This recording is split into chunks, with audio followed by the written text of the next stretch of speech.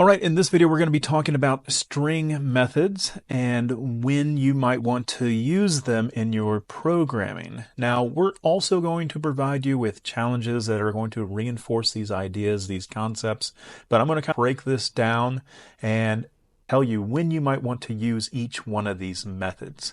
So let's go ahead and dive into the code here, and then we'll get you all started with some of startup code. So inside Visual Studio Code, we're going to be in the Python folder, lessons, and then inside lessons we have string-methods.py. Now you're going to see all of this code that we have right here.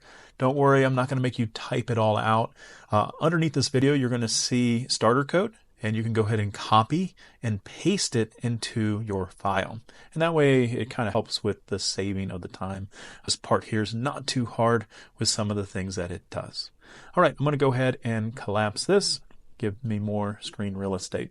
Now, a string method, it's a built-in function that's inside of Python, and it allows us to perform different types of operations on a string where we can manipulate it. We can give it an analysis. These methods provide us powerful ways to convert text, convert the string. Also, we are able to search for patterns, and we can even replace parts of a string utilizing some of these built-in methods. Again, we didn't have to write any single code to get some of the benefits of this, and they're built into Python for us to use.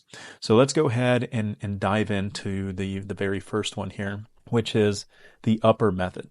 So the upper method works where it's going to take our variable text and convert it all to uppercase, just like it says.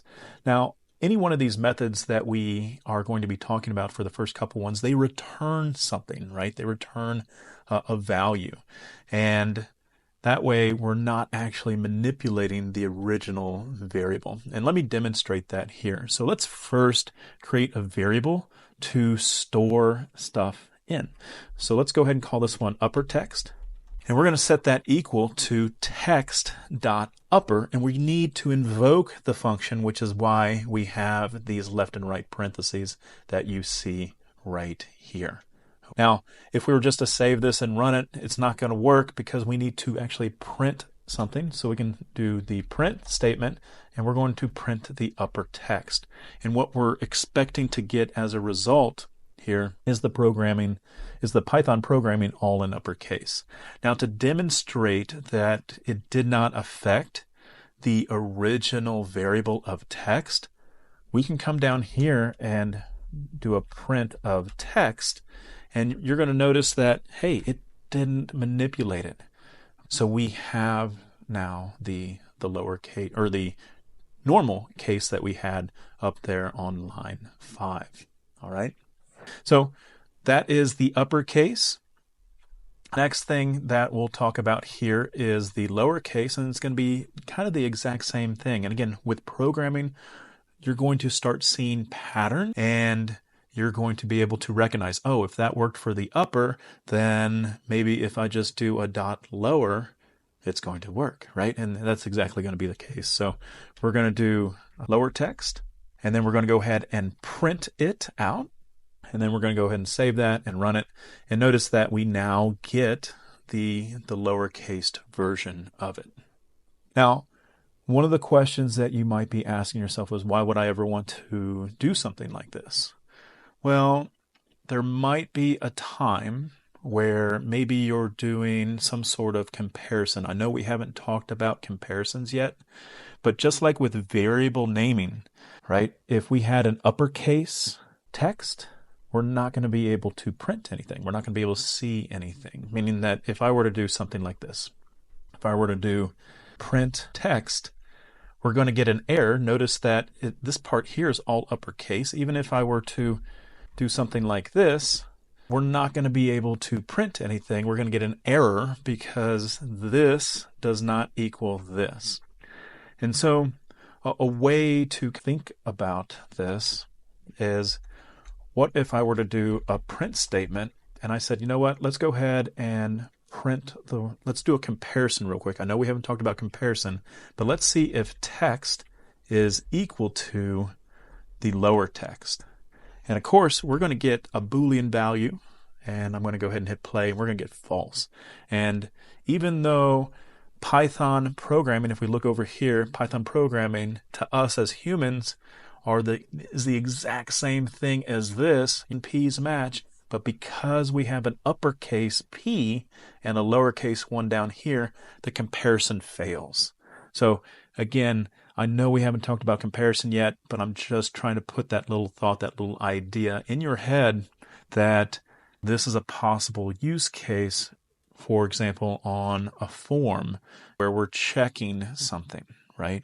Or maybe you want to put something into a database and somebody typed in an email and you need to make that email a little better with the formatting when it goes into the database, so that way when we're checking for an email, we're looking for a match with it all based off of lowercase letters that were stored in the database and comparing it to what the user typed in. So just putting a little future motion thinking in your head at this point, but that would be why. Next here we have capitalize. This will capitalize the first character to uppercase. So let's go ahead and try this one out. So we'll do capitalize text, and then we'll do the dot capitalize. And then of course we're going to print it. And notice here that we get the Python programming. Okay, with the capital P, it kept the capital P. Even if it was lowercase, it would have capitalized it, and then it finished the remaining part of it to be all lowercase. All right. Let's go to the title case, and for this we're going to add a new text here. We'll do text equals Python programming, all lowercase. And then if we do the title case here, let's go ahead and save that and run it. After we print it, of course, we will get the proper way of it being like a title, right? Where we're putting a title on an HTML page, right? An H2, an H1, right? So we're just title casing the text. The next one here, we're going to talk about the find. And for this, I'm going to have an example. We're going to give it a sentence here. And we're going to say the following. We're going to say, the quick brown fox jumps over the lazy dog. And then what we want to do here is we are now getting a brand new variable, which is index, and we are assigning it whatever the method returns of the word fox.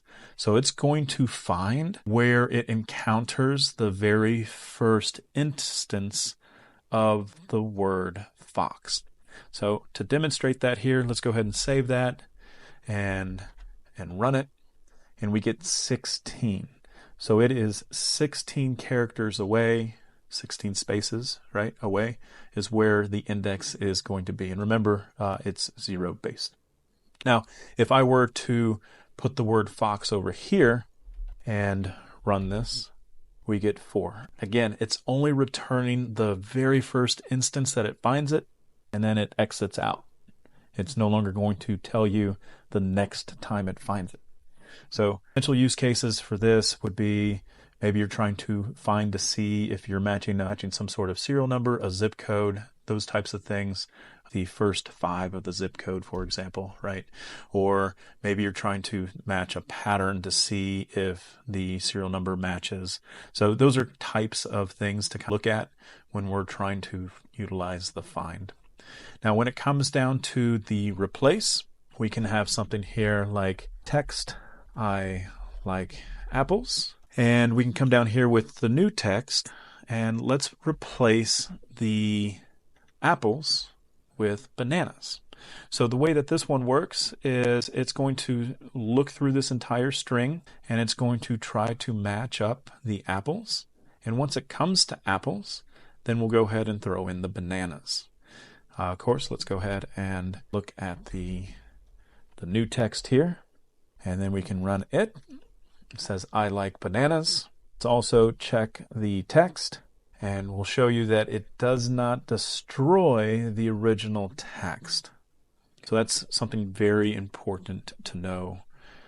And then the last one here that we have, the last 2 examples that we have, I'm going to talk about the in operator. Now the in operator checks to see if the substring exists, and it returns a Boolean value. I know we haven't talked about Booleans yet, but Boolean can mean true or false, meaning did it find it or did it not?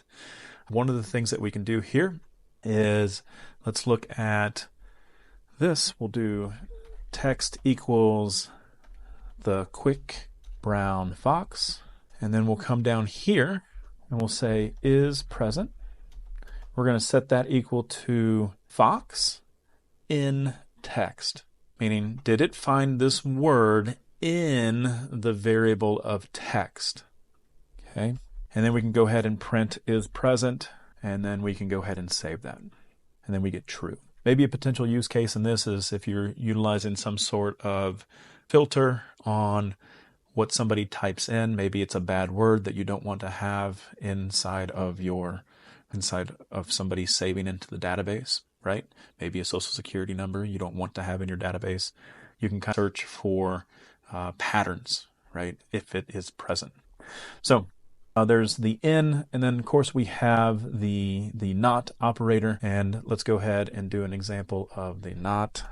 So we'll do the not in, and the example of utilizing the not in, go ahead and remove that, is the quick brown fox, and then is absent dog not in text, right?